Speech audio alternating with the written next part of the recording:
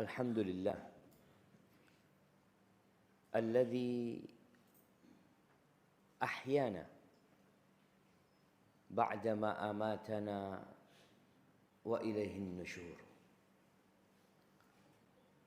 Segala puji bagi Allah Jalla Jalaluh yang telah menghidupkan kita setelah Dia mematikan kita. Ruh manusia tatkala tidur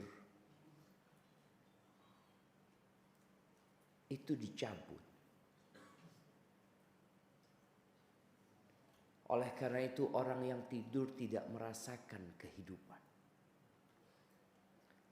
Ashabul Kahfi berapa tahun tidur?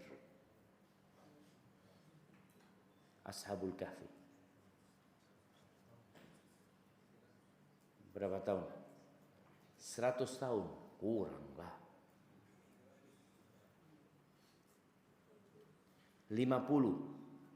150 jadinya. Berapa?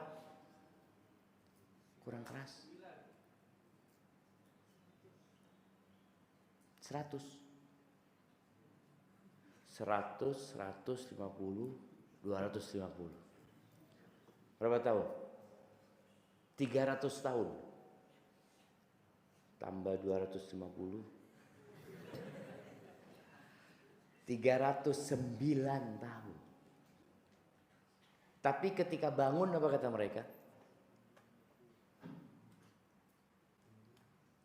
Apa kata mereka ketika bangun? Labisna yauman au ba'dha yaum. Kayaknya sehari kita tidur. Atau enggak sampai sehari. Bayangin ya. Tidur 309 tahun. Tapi rasanya sehari, paling full sehari. Au ba'dha yaum, atau sebagian hari. Makanya nanti penghuni surga itu tidak tidur. Karena orang tidur itu tidak merasakan kehidupan. Sedangkan Allah mengatakan tentang penghuni surga itu khalidina fiha abadan, selama-lamanya di situ. Dan kematian akan disembelih kelak di antara surga dan neraka. Orang yang tidur tidak merasakan kalau ada yang berbicara di sebelahnya. Dia juga tidak melihat apa yang lewat. Kalau masih mendengar berarti belum tidur. Dan kelak kita akan kembali kepada Allah Azza wa Jalla. Allahumma salli wa sallim ala abdika wa rasulika Sayyidina wa maulana Muhammadin wa ala alihi wa ashabihi ajma'in, amma ba'd. Ahibati fillah. Kalau bicara jalan kebaikan, kita tuh tiap hari berjalan. Ada yang jalannya sepi. Ada yang jalannya ramai sampai macet. Pesantren ini termasuk yang sepi apa ramai? Yang daftar udah berapa banyak? Yang dibutuhkan berapa muridnya? 28. Tahun ini 28. Yang udah daftar berapa? 25. Masya Allah. Hampir penuh. Tinggal 3 orang coba. Dipaksakan 30 insyaallah. Ya. Ahibati fillah. Kita ngelihat menuntut ilmu agama itu termasuk jalan yang sepi. Ketika ana mau masuk pesantren, ibu ana dukung masuk pesantren. Tapi keluarga abah kurang. Mau jadi apa gitu. Orang kalau belajar di pesantren kira-kira mau jadi apa? Mungkin Kata salah seorang paman, engkau nanti pulang pesantren pakai sarung. Ternyata betul. Sampai hari ini ana masih pakai sarung. Subhanallah jemaah. Dia berpikir orang belajar itu untuk menjadi profesional hanya untuk mencari dunia. Jelaslah yang kuliah kedokteran jadi dokter. Yang kuliah teknik sipil ya jadi insinyur nanti.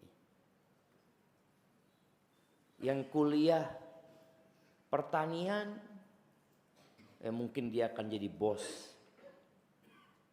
persawahan nantinya. Yang kuliah perikanan mungkin akan pelihara ikan di lautan. Antum lihat ada orang pelihara ikan di lautan kan jemaah, pakai keramba-keramba itu. Tapi kalau belajar di pesantren jadi apa engkau? Ada orang berpikir jadi apa itu engkau nanti cari duitnya dari mana?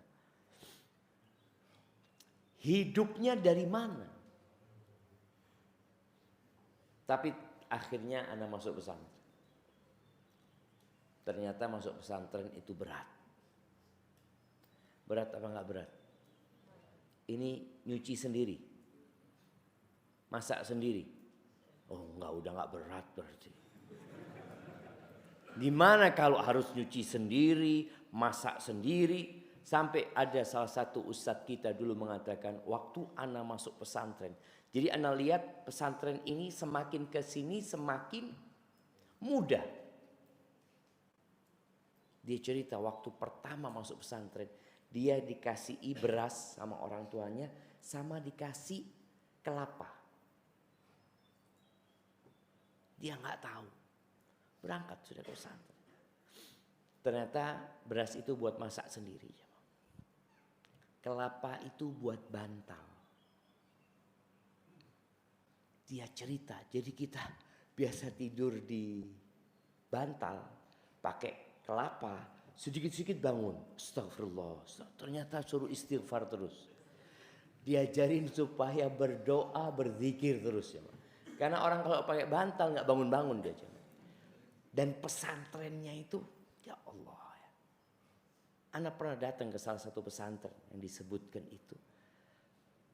Kayak kandang ayam. Sekarang masjidnya pakai AC. Ini asrama udah pakai AC? Belum? Pakai AC juga? Oh mulai besok matiin AC-nya. Cuma butuh perjuangan. Makan ngantri. Salah satu makanan favorit ana di pesantren itu ikan pindang. Tahu ikan pindang kan? Ada di sini ikan pindang? Nggak ada. Masa nggak ada ikan pindang? Ikan pindang itu ikan yang diasap itu. Ikan tongkol kecil itu yang diasap. Ikan apa namanya di sini? Nggak ada di sini. Ikan segar semua di sini. Bukan pindang namanya. Iya ikan pindang itu. Kita kalau sudah ngantri terakhir datang dapat kepala. Ya Allah. Udah nggak ada badan.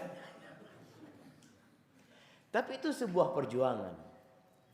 Dan ternyata ilmu agama itu jalan satu-satunya menuju surga. Jalan satu-satunya. Rasulullah SAW mengatakan talabul ilmi faridatun ala kulli muslim. Menuntut ilmu itu kewajiban buat setiap muslim. Jadi bukan kewajibannya ustadz, bukan kewajibannya yang belajar di pesantren. Semua orang Islam itu sebagai apapun dia, dimanapun dia berada, wajib belajar ilmu agama. Pemerintah kita dulu mewajibkan belajar 6 tahun. Sekarang 9 tahun belajar. Baru. Islam sampai mati belajar. Kalau mereka hanya belajar 6 tahun sebenarnya Islam dari dulu sampai mati belajar agama itu. Makanya kita lihat sekarang yang hadir di tempat ini, nih anak-anak nih yang belajar pesantren. Lihat yang hadir, apa semua anak-anak? Enggak. Yang tua-tua datang. Ada yang umurnya 80 tahun datang. Karena memang dia tahu belajar ilmu agama itu enggak ada batasan umur. Dan itu bukan bicara anjuran, ini bicara kewajiban. Tapi tidak semua ilmu agama wajib. Ada ilmu-ilmu yang wajib dipelajari yang nggak boleh seorang muslim nggak tahu. Setiap muslim harus tahu. Kita mau masuk bulan Ramadan. Setiap muslim kalau mau masuk surga harus belajar tentang puasa Ramadan yang benar seperti apa. Ada seorang pengantin baru. Dia mungkin nikah sebelum Ramadan. Di bulan Ramadan dia puasa. Dia tidak makan dan minum, tapi dia menghubungin istrinya di siang hari di bulan Ramadan. Gak makan, gak minum. Tapi menghubungin istrinya. Boleh apa enggak? Loh adik-adik. Dia gak makan, gak minum. Niat puasa. Kan puasa itu menahan dari makan dan minum. Gimana? Boleh apa enggak? Kenapa gak boleh? Kan puasa, gak makan, gak minum dia. Hawa nafsu. Oh, ini ilmu nih, Masya Allah. Ustaz kasih hadiah. Poligami sejuta makna. Gimana hadiahnya nggak benar ini panitia ini? Ini Ustaz sini. Fadhal. Ini panitianya nggak benar ya. Nah, ini buat bapak-bapak nanti ya. Hadiahnya. Enggak boleh, karena puasa itu bukan hanya menahan diri dari makan dan minum. Dan juga dari syahwat. Dari sejak fajar terbit sampai matahari terbenam. Orang yang enggak belajar boleh jadi sampai mati dia melakukan itu. Karena yang dia dengar ya sudah. Pokoknya enggak makan, enggak minum. Contoh lagi. Ada seorang laki-laki menikah. Ketika dia ribut sama istrinya, dia mengatakan, sudah, aku ceraikan engkau. Dapat 2-3 hari, balik lagi. Nanti ribut lagi, dia ceraikan istrinya. Nanti ribut lagi, dia ceraikan istrinya. Sampai puluhan kali dia ceraikan istrinya, tapi dia tetap satu rumah. Padahal cerai yang boleh rujuk itu cuma 2 kali. At-talaqu marratan. Tolak yang boleh rujuk itu 2 kali. Ini berulang kali menceraikan istrinya, nggak pernah dia merasa dosa. Padahal kalau ketiga kali haram istrinya buat dia. Tapi banyak di masyarakat kita lihat. Ada yang sampai 10 kali menceraikan istrinya. Terakhir setelah 10 kali istrinya hadir di majelis ilmu. Dia dengar Ustadz membahas kitabut thalaq. Pembahasan tentang perceraian. Dia mikir, loh saya ini sudah diceraikan 10 kali lebih sama suami saya. Tapi saya masih satu rumah. Maka dia pulang ngomong sama suaminya. Bang, tadi aku dengar kata Ustadz, cerai yang boleh rujuk itu 2 kali. Abang ini sudah nyeraikan anak 10 kali lebih. Oh, Ustadznya gak ngerti itu. Ayolah bang, kita berangkat ke Ustadz. Akhirnya berangkat ke Ustadz. Ketemu Ustadz, kasih penjelasan. Terus gimana caranya Pak Ustadz? Gak bisa. Kalian harus berpisah. Dan harus bertobat kepada Allah Azza wa Jalla. Beda kalau dia hidup di hutan. Gak ada ustadz di hutan. Gak ada yang bisa ditanyai. Mau tanya sama siapa hidup di hutan? Dia hidup di tengah-tengah masyarakat. Ada masjid di sebelah rumahnya. Ada pesantren, ada para ustadz menyampaikan ilmu. Tapi dia nggak mau belajar. Itu salahnya dia. Maka jangan meremehkan belajar ilmu ini. Ini satu-satunya jalan menuju ke surga Allah Azza wa Jalla. Maka Al-Imam Bukhari di dalam kitabnya Sahih Bukhari, beliau membuat sebuah bab dengan judul Babun Al-Ilmu Qabla Al-Qawli Wal-Amal. Berilmu terlebih dahulu sebelum berucap dan beramal. Ini babnya harus berilmu dulu. Berapa banyak orang berdagang sekarang, dia makan haram. Tapi dia merasa tidak. Ana nggak tahu di Ternate ini, ada nggak di pasar-pasar yang bawa kitab keliling, dia menawarkan pinjaman uang atau nagih duit? Ada. Apa kitab yang dia bawa? Hah? Kitab apa? Kitab menuju ke neraka. Riba yang dia lakukan. Namanya di sini bank apa itu? Bank keliling. Bagaimana Allah Subhanahu wa taala berkaitan dengan riba ini mengatakan ya ayyuhalladzina amanu taqullaha wa dharu ma baqiya minar riba in kuntum mu'minin. Fa in lam taf'alu fa'dhanu biharbin minallahi wa rasulih. Subhanallah. Allah mengatakan wahai orang-orang yang beriman, bertakwalah kepada Allah. Tinggalkan sisa-sisa riba, tinggalkan. Orang yang makan riba itu diancam masuk neraka. Dilaknat hidupnya. Kalau beriman kata Allah. Kalau nggak beriman ya lain. Kalau kalian nggak berhenti. Kalau kalian tidak meninggalkan sisa-sisa riba. Maka Allah mengumumkan perang. Gimana perang sama Allah?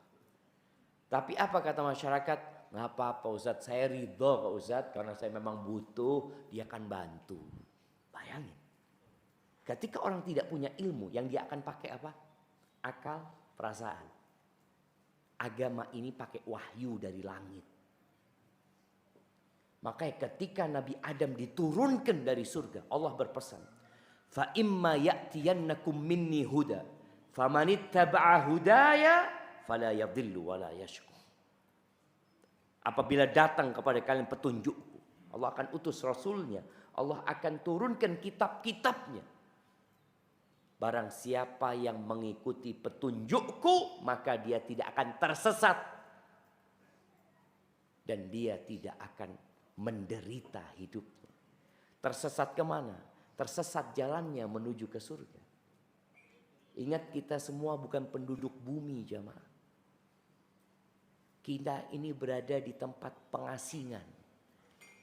Ingat zaman Belanda dulu. Kalau ada pejuang-pejuang, pahlawan-pahlawan, dihukumnya diapakan? Diasingkan. Ditaruh di kepulauan, ditaruh di mana. Manusia pertama itu diletakkan di surga sama Allah. Karena dosa yang dilakukan diturunkan ke bumi ini. Lalu Allah turunkan kitab-kitabnya, Allah utus rasul-rasulnya supaya manusia tidak salah jalan menuju ke surga Allah Azza wa Jalla. Makanya kesian orang yang melakukan riba jamaah. Baik riba yang keliling di pasar-pasar atau riba yang dengan lembaga-lembaga yang ada, banyak masyarakat merasa nggak apa-apa. Bahkan ada seorang anak yang dia sudah berkeluarga. Ketika dia belajar, nih sekali lagi, ketika belajar jadi tahu. Mana yang hak, mana yang batil. Tapi ketika orang bekerja, berusaha tanpa dia belajar, mau tidak mau, dia akan berbuat dosa, tapi merasa nggak tahu. Ini anak bekerja di lembaga riba. Akhirnya setelah dia belajar ilmu agama, dia berarti bertahun-tahun sampai lulus kuliah, belajar ilmu agamanya sedikit. SD belajar agama berapa jam? 2 jam, yang umum ya. Belajar 2 jam. Padahal kita punya moto di negeri kita ini, imtak dan iptek. Iman dan takwa, ilmu pengetahuan dan teknologi. Artinya kita ingin dua itu berjalan bersama. Tapi di realitanya ternyata agama memang dikesampingkan. Iman dan takwa itu dikesampingkan. Makanya tidak sedikit orang-orang pinter itu yang berada di penjara Sukamiskin. Ada yang tahu penjara Sukamiskin? Ana pernah masuk penjara itu. Tapi bukan di penjara. Kita isi kajian di sana. Penjara itu isinya para koruptor lah. Di penjara itu. Orang-orang pinter, profesor, doktor, ya, insinyur. Nggak ada lulusan SD di sana. Mereka orang-orang pinter. Jadi ipteknya, ilmu pengetahuannya bagus. Tapi imtaknya lemah. Iman dan takwanya lemah. Itu yang menyebabkan orang lupa mana yang halal, mana yang haram.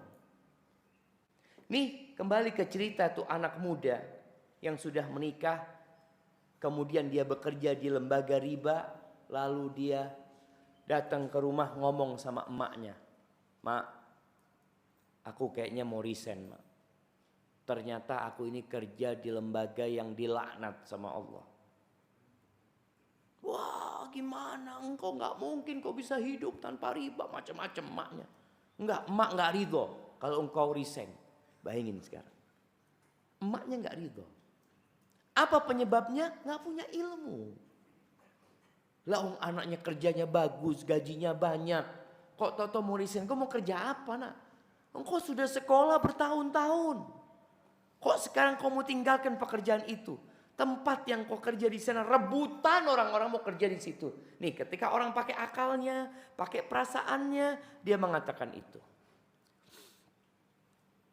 Ini yang ngomong sama istrinya. Istrinya sama, tidak ridho. Dia akhirnya resign. Tanpa sepengetahuan ibundanya dan istrinya. Dia bekerja sebagai taksi online. Nggak tahulah apa taksi online-nya dia. Tiap pagi dia pakai seragam ke kantor kerja dia.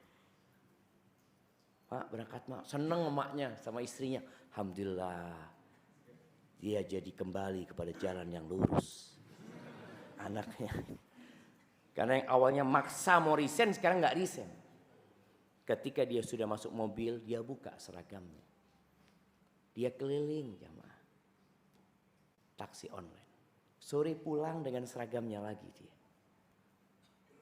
Itulah jamaah. Jalan kebaikan itu penuh perjuangan. Rasulullah sallallahu alaihi wasallam mengatakan huffatil jannah bil makarih. Surga itu dikelilingi dengan perkara-perkara yang dibenci oleh jiwa. Artinya kalau antum menuju ke surga jalannya mesti enggak enak. Allah sudah mengatakan falak tahamal aqabah. Orang itu pasti akan menempuh jalan terjal yang tidak mengenakan. Semua bertentangan dengan syahwat. Wa huffatin nar bisyahawat. Sedangkan neraka jalannya itu enak. Jalan menuju ke neraka itu pemandangannya indah.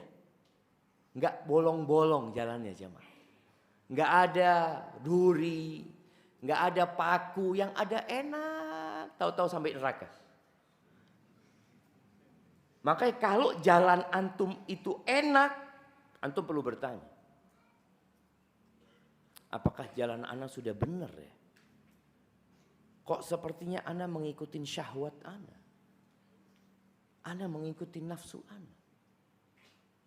Padahal kalau mau ke surga harus berantem sama nafsu. Makanya harus belajar ilmu. Allah Azza wa Jalla mengatakan fa'lam annahu la ilaha illallah. Ketahuilah, berilmulah engkau. Ini ada maklumat dari Allah bahwa tiada yang berhak disembah kecuali Allah. Wastaghfir li dzambika, dan istighfarlah. Setelah dikasih ilmu, istighfar. Lil mu'minina wal mu'minat wallahu ya'lamu mutaqallabakum wa mathwakum. Jadi kita itu orang beriman jangan hanya memikirkan diri sendiri. Kita disuruh beristighfar untuk kita dan beristighfar buat orang-orang yang beriman, yang laki-laki dan perempuan. Allah tahu kemana kita bakal kembali nantinya. Ahibati fillah, Rasulullah sallallahu alaihi wasallam tidak pernah disuruh minta tambahan. Yang diminta oleh kita selama ini tambahan apa? Tambahan gaji. Tambahan kekuasaan. Tambahan kedudukan. Tambahan istri. Siapa yang doa minta tambahan istri? Anak kasih hadiah.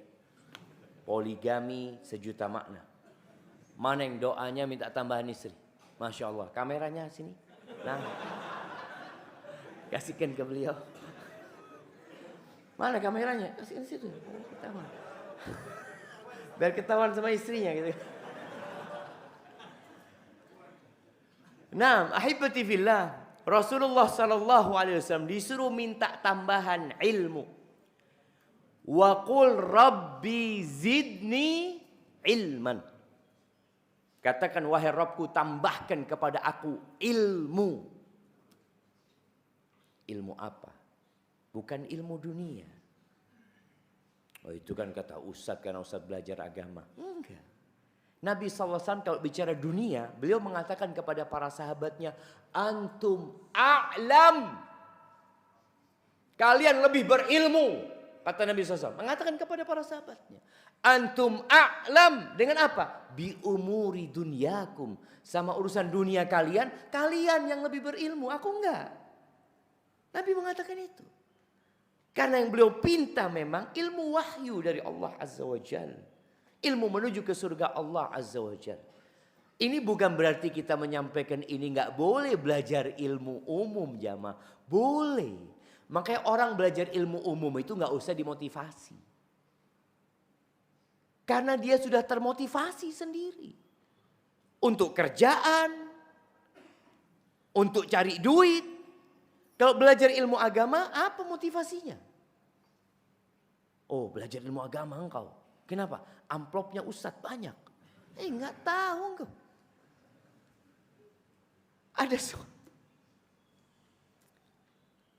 Ada seorang mudir, kepala sekolah jemaah. Dia baru merintis pesantren di Bima. Bukan di Bima, di Dompu. Dekat sama Bima. Dia datang ke Jember ngantar ibunya berobat. Lalu dia ngomong, Ustadz, anak mau bikin video sama Ustadz, kata dia. Buat apa anak ngomong? Buat motivasi guru-guru di ma'had Ustadz, pesantren, kata dia. Misalnya sekarang mulai kendor Ustadz, semangat mereka. Kita baru 2 tahun nih berdiri Ustadz. Katanya. Berapa gurunya? 6 kata dia, nggak salah. Oke, yang anak tanyakan pertama, berapa digaji sama antum? Ini kan kepala sekolah. Alhamdulillah Ustaz, 300 Ustaz. Sebulan ngajar dikasih 300.000 jemaah. Makanya kalau berpikir di pesantren itu mau cari dunia, dapat apa? 300.000. Awalnya Ana mau kasih semangat dia, ada tempat lain yang lebih susah. Ternyata dia lebih susah. Ana tahu teman-teman di NTT. Itu lulusan Medina, jadi mudir gajinya 700.000. Di sini berapa Ustaz? Mudirnya Ustaz? Ana ketika ngelihat itu, ya Allah, ya Allah, ya. Berat. Dia belajar kuliah bertahun-tahun ya. Makanya kalau belajar ilmu agama, mencari dunia, nggak mencium bau surga. Man talabal ilma mimma yubtagha bihi wajhullah la yatlubuhu illa liyusiba bihi 'aradan minad dunya lam yarah raihatal jannah. Barang siapa yang menuntut ilmu, yang ilmu itu tujuannya mencari keridhaan Allah. Kalau belajar kedokteran, ya nggak apa-apa dia mencari keridhaan Allah, tapi dia cari, nggak, ana juga mau jadi dokter Ustaz, ana mau cari fulus lah, nggak apa-apa. Karena ilmu itu memang ilmu untuk dunia. Kalau diniatkan untuk membantu orang lain akan dapat pahala lagi. Tapi dia niat pertamanya untuk bekerja cari duit, nggak apa-apa, nggak dilarang. Tapi kalau engkau belajar Al-Quran, engkau belajar sunnah Nabi SAW, ingin mendapatkan kenikmatan dunia, nggak nyium bau surga. Jangan bicara masuk surga. Bau surga aja nggak bakal cium. Jadi memang berat, jamaah. Maka buat yang belajar ilmu agama, tolong. Masa depanmu cerah. Cerah tidak cerah Ustaz. Kalau bicara dunia, engkau bakal susah. Tapi subhanallah, ana pernah dapat motivasi dari seorang keluarga. Dia sudah tua, ustadz dia. Dia mengatakan kepada ana, waktu ana belajar. Waktu itu sudah diterima di Madinah kalau nggak salah ketemu dia. Syafiq, engkau nggak usah mikiri dunia. Engkau fokus ke ilmu yang kau pelajarin sekarang. Allah akan kirimkan dunia. Subhanallah. Ana jadi ingat kita belum lahir sudah ditulis rezeki kita. Udah selesai. Laksanakan tugasmu belajar ilmu agama. Rizki nanti cari rizki. Bekerja, tafadhol. Tapi jangan sampai engkau belajar niatnya sudah mencari dunia. Rebutan jadi mudir. Wah, ana mau jadi mudir. Mau jadi kepala sekolah. Ahibati fillah. Pernah datang kepada Nabi SAW seorang ulamanya para sahabat. Ulamanya para sahabat. Supaya kita tahu belajar ilmu itu nggak ada batasan umur. Jangan karena merasa sudah ustadz nantinya nggak perlu belajar lagi loh. Talabul ilmi minal mahdi ilal lahdi. Menuntut ilmu itu dari buayan sampai ke liang lahat. Nggak ada jenis sudah tua, Ustaz, nggak ada gunanya anak belajar Ustaz. Anak kan nggak mau jadi Ustaz. Engkau belajar ilmu bukan harus jadi Ustaz. Belajar ilmu supaya engkau mendapatkan derajat yang tinggi. Setelah ilmu yang wajib engkau pelajari, yang sunnah-sunnah engkau pelajari, yarfa'illahu alladhina amanu minkum walladhina utul ilma darajat. Allah mengangkat orang-orang yang berilmu di antara kalian. Dan yang dikasih ilmu diangkat beberapa derajat lagi. Yang antara satu derajat dengan derajat selanjutnya itu seperti antara langit dan bumi. Jadi antum belajar ilmu agama bukan untuk mau jadi ustadz. Enggak. Aku mau ngerti agamaku dan aku mau cari derajat yang tinggi. Makanya di dunia aja antum bisa perhatikan di dunia ini. Seorang kalau mau naik pangkat ya, kalau dia di militer umpamanya dia mau bintang 1, ada sekolahnya aja. Dia sekolah lagi, belajar lagi. Jadi derajat di dunia pun dengan belajar. Derajat di akhirat dengan belajar ilmu agama. Nih, sahabat yang termasuk ulamanya para sahabat yang dikirim untuk berdakwah oleh Nabi SAW ke Yaman. Siapa namanya? Hudzaifah ibnul Yaman. Karena ada Yamannya, Yaman itu bapaknya. Nah, tapi anak kasih hadiah tuh. Fadhal. Masya Allah. Siapa sahabat Nabi yang dikirim ke Yaman? Nah, Amr bin As. Di sini ada yang ngomong Mu'ad tadi. Oh, Mu'ad. Mu'ad bin Jabal ya. Fadl kirim ke belakang. Nah, ada Mu'ad bin Jabal, sebenarnya ada Ali bin Abi Thalib, ada Abu Musa al-Ash'ari. Tapi yang dikirim oleh Nabi SAW sebelum Nabi meninggal dunia.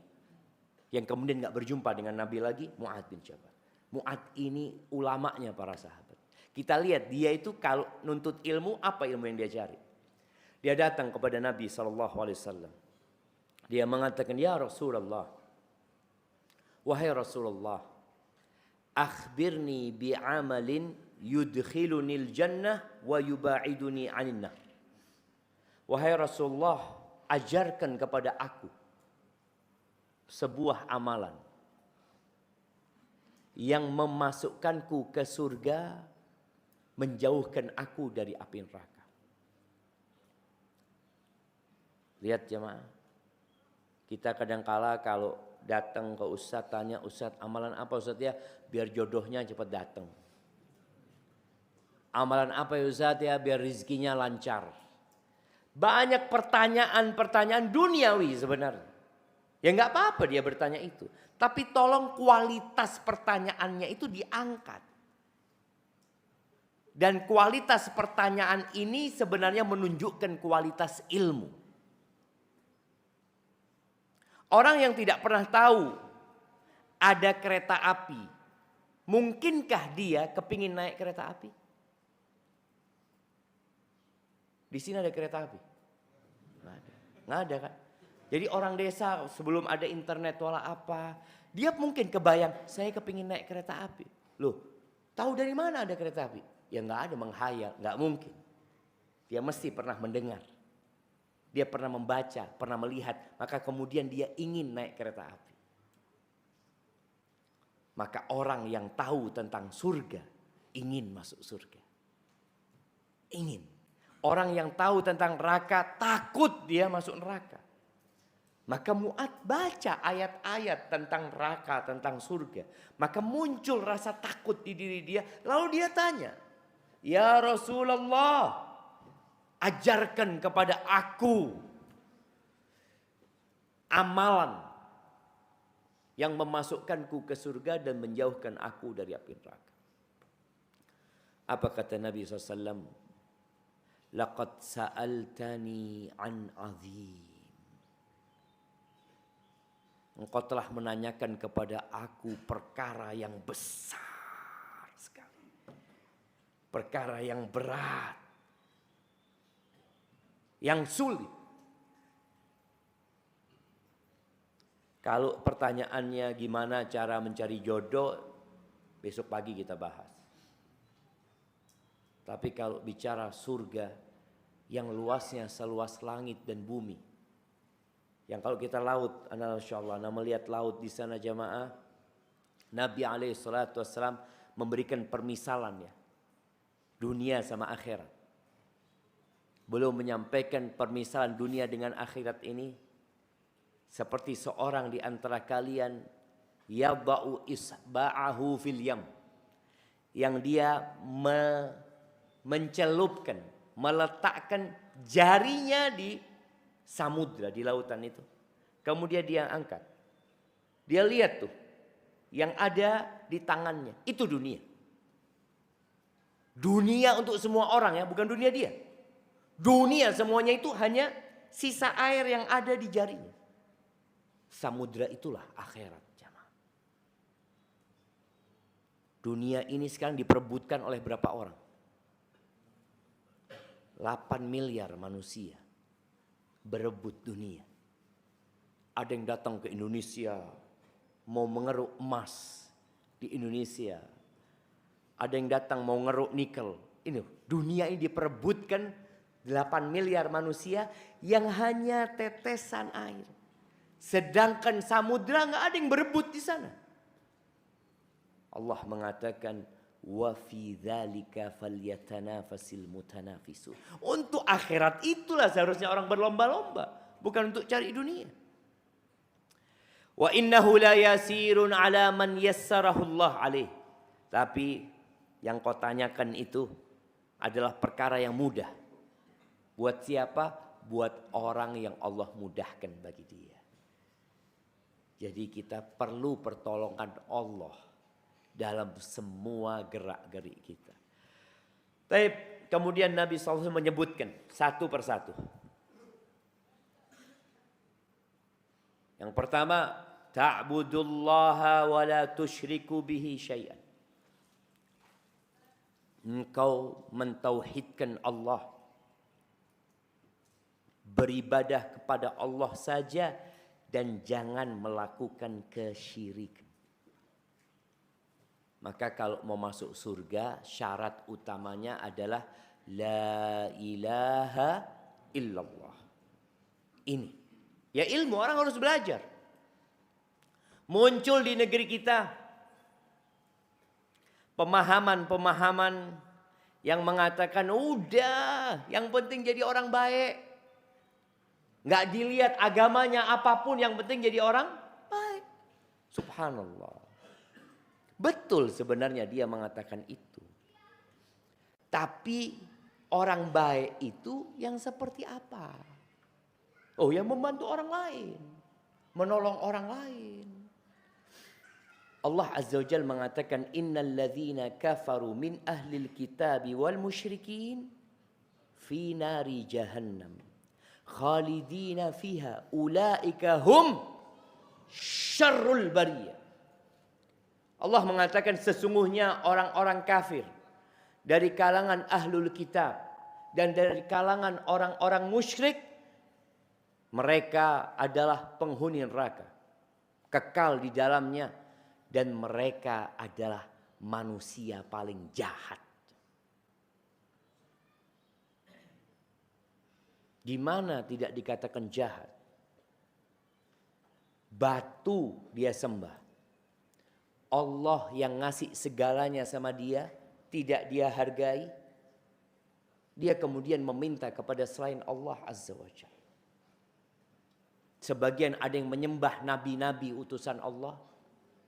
Sebagian ada yang mengkultuskan gunung-gunung. Ada yang masih menyembah lautan. Mendekatkan diri kepada lautan yang merupakan ciptaan Allah Azza wa Jalla. Mereka orang yang jahat. Maka Allah katakan inna syirka la zulmun azim. Kalau bicara kezaliman, orang yang berzina zalim, orang yang memperkosa zalim, orang yang mencuri zalim, koruptor zalim, orang yang membunuh zalim, yang menguasai tanah orang lain zalim. Tapi orang yang paling zalim adalah orang musyrik. Inna syirk la zulmun azim.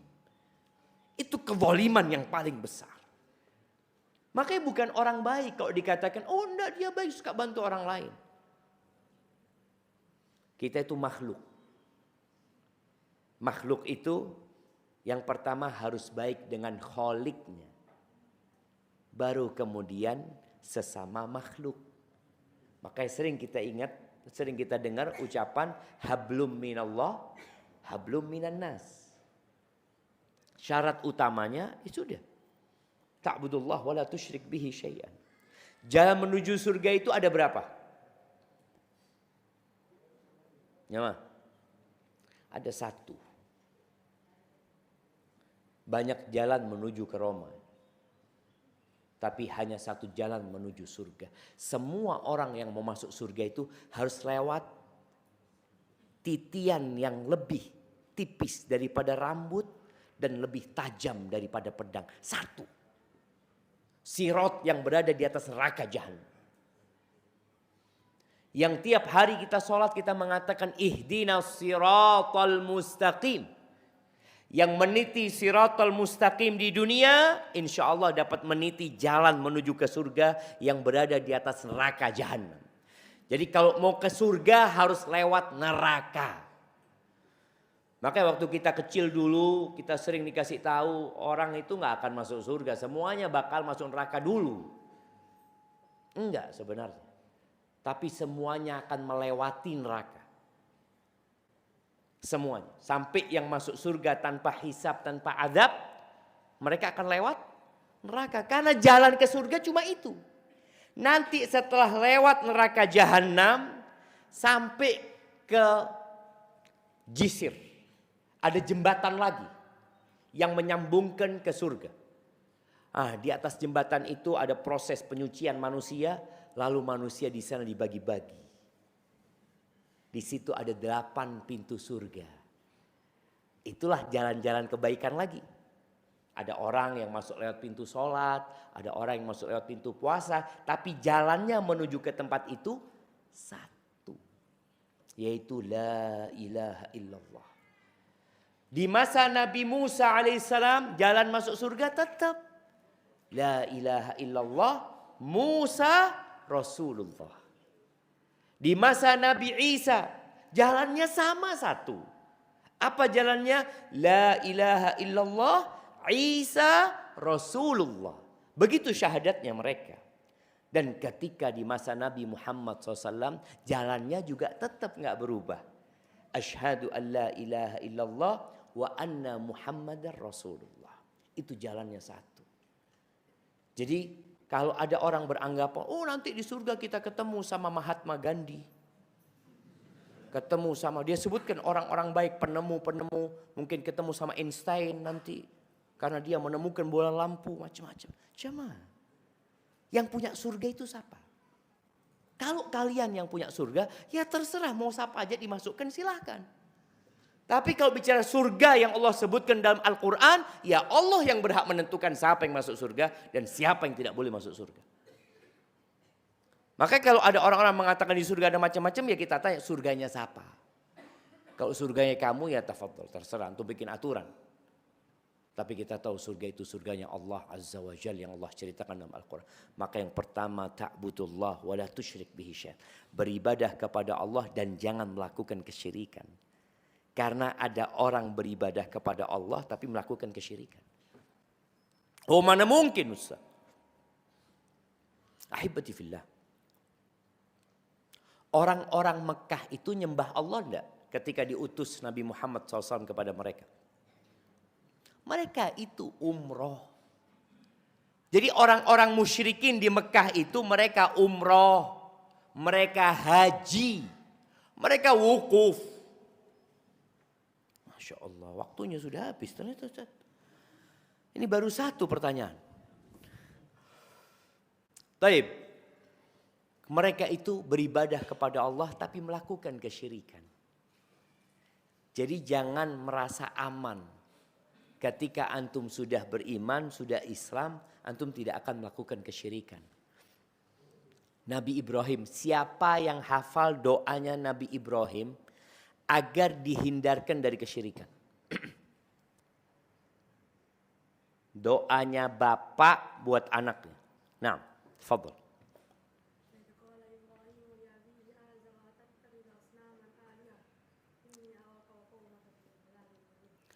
Masya Allah, anak kasih hadiah buat antum. Tapi bukan itu doanya. Yang bagus tangannya. Barakallahu fikum. Itu dakwahnya Nabi Ibrahim. Itu dakwahnya Nabi Ibrahim kepada bapaknya ya. Ketika dia mengajak bapaknya untuk masuk Islam. Nah, sekarang doanya, jadi doa dan dakwah ini sebenarnya maknanya satu. Artinya menyeru. Doa itu menyeru Allah, minta sama Allah. Dakwah itu menyeru manusia agar kembali kepada Allah. Sekarang pertanyaannya, doanya Nabi Ibrahim buat dirinya dan anaknya. Nabi Ibrahim waktu belum punya anak doanya Rabbi habli minas solihin. Ketika punya anak berubah doanya. Udah ada nih anaknya nih. Mau diapakan nih anak nih? Minta lagi sama Allah. Apa doanya? Nah.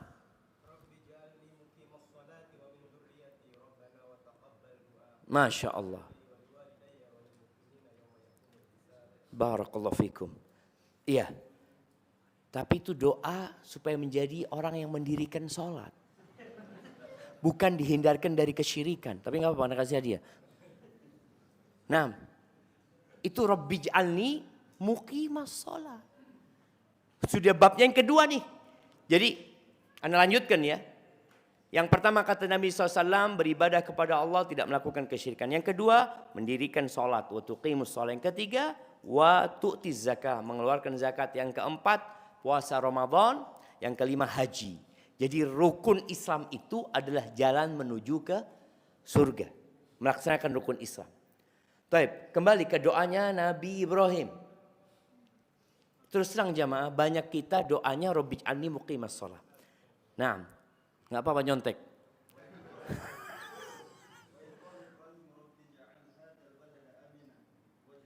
Wajnubni wa baniya an na'budal asnam. Masya Allah. Berapa kali baca doa itu? Sering kali. Tuh jemaah tolong doa ini jangan diremehkan. Kita itu langsung doanya, itu doanya sebelum Rabbi'j'alni muqimas shalah.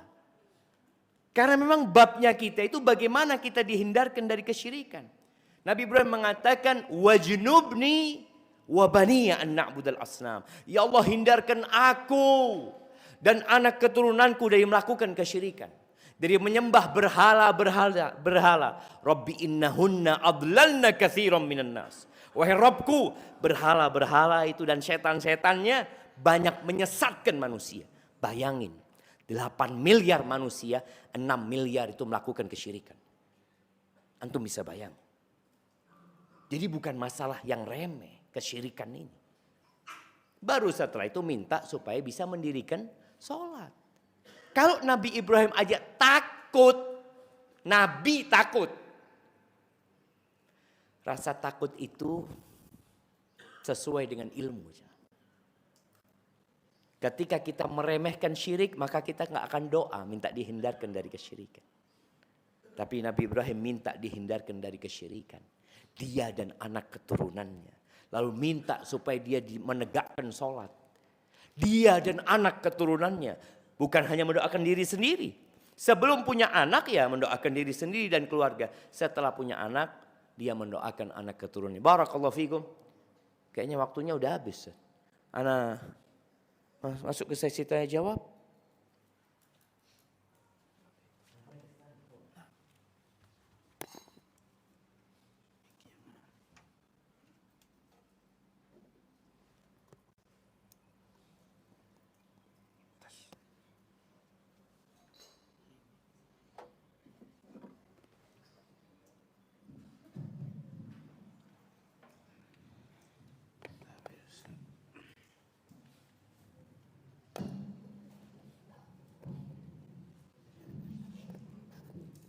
Alhamdulillah kita berterima kasih kepada Al-Ustadz Dr. Syafiq Riza Basalamah. Materi kajian yang temanya adalah ilmu jalan menuju kebaikan.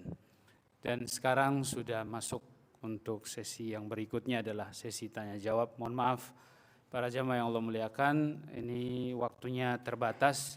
Jadi insya Allah materi yang beliau sampaikan mudah-mudahan sudah terwakilkan apa yang menjadi tema kita pada pagi hari ini. Dan sekarang kita bacakan pertanyaan yang sudah masuk. Ini banyak lagi Ustadz, tapi mungkin yang sesuai dengan tema dulu. Saya bacakan pertanyaan yang pertama. Assalamualaikum Ustadz, Afwan mau tanya. Tadi Ustadz bilang belajar ilmu sebenarnya ilmu yang seperti apa? Soalnya ilmu itu bermacam-macam. Contohnya seperti sebagian orang yang mengaku salah satu jamaah yang berdakwah keliling keluar, bahkan ada beberapa yang baru saja tobat langsung disuruh berdakwah. Masya Allah. Barakallahu fikum. Ya sejatinya jamaah, sejatinya ya, setiap kita punya ilmu, maka kita perlu menyampaikannya kepada yang gak punya ilmu. Contohnya nih, sekarang antum belajar di sini. Nanti pulang ke rumah, pulang ke tempat kerja, sampaikan. Masya Allah, udah bagi-bagi makanan ini. Ustadz suruh ceramah, jemaah suruh makan. Aman, Ustadz, labas Ustadz. Gak apa-apa, santai kita jemaah. Soalnya anda lihat sudah pada lapar semuanya.